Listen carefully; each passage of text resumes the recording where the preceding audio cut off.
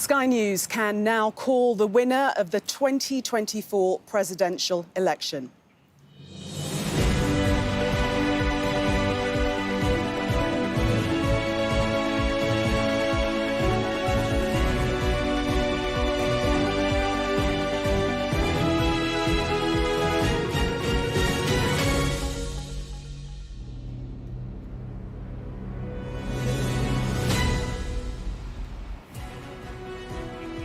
Donald Trump will be the 47th president of the United States of America. And so the man who has upended all the rules of politics in America is president for a second time. The man who has been impeached twice, who has a criminal conviction, who stands accused of trying to overthrow the results of the last election, has won this one. It is a quite extraordinary moment. Whatever you think of him, love him or hate him, it is a stunning political comeback. Donald J. Trump, property developer, reality TV star turned politician, is back in the White House. This is an historic moment for America, but also for the world.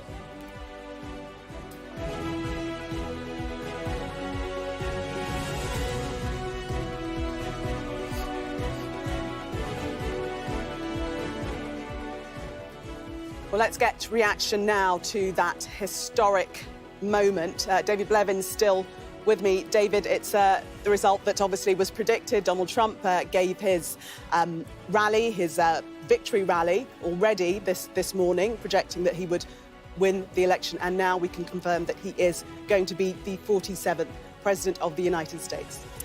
It is one of those moments on which we will look back and ask, where were you when Donald Trump became the President of the United States for a second time?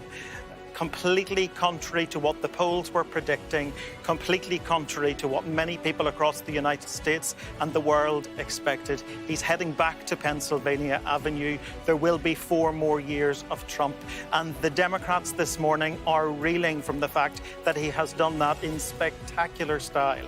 They cannot believe the extent to which he has seen off their candidate, the incumbent Vice President, Kamala Harris. She went to bed early last night, keeping her own counsel, disappointing those who'd gathered to hear her, because she knew this moment was coming. She knew that she would not make history and become the first woman to make it to the White House. Instead, Donald Trump makes history by becoming the first president in 132 years to serve 2 non-consecutive terms. Quite something for a man who was convicted of 34 felony charges earlier this year.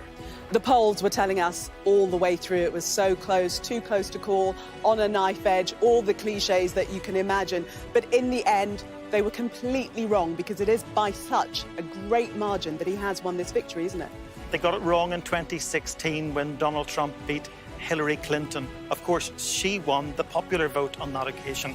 They got it wrong in 2020, it has to be said, when Joe Biden narrowly took the crown. And they've got it wrong again in spectacular fashion today, because Donald Trump hasn't just won the Electoral College, he appears to be on course to win the popular vote. I think at the end of the day, Kamala Harris will have secured fewer Electoral College votes than any Democratic candidate since 1988. So despite all of her talk about America having a choice, that encouragement from the Vice President for this nation to turn a page in what she called the politics of hatred and division, they have chosen instead in many ways to go back to the future. They believe they will be better in the hands of Donald Trump. And we said earlier, and I think it's fair to repeat it, that there is a sense of shock and awe. Shock for the Democrats at the fact that they were not even at this game at the end of the day, and awe among Republicans at the fact that their man is going back to the White House, and also awe about the fact that he appears to be going there with unchecked power, because the Republicans have taken back the Senate. It looks like they're going to retain the House. There are vacancies on the Supreme Court. So Donald Trump is going to wield power that is beyond his wildest expectations, both here in the United States and across the world.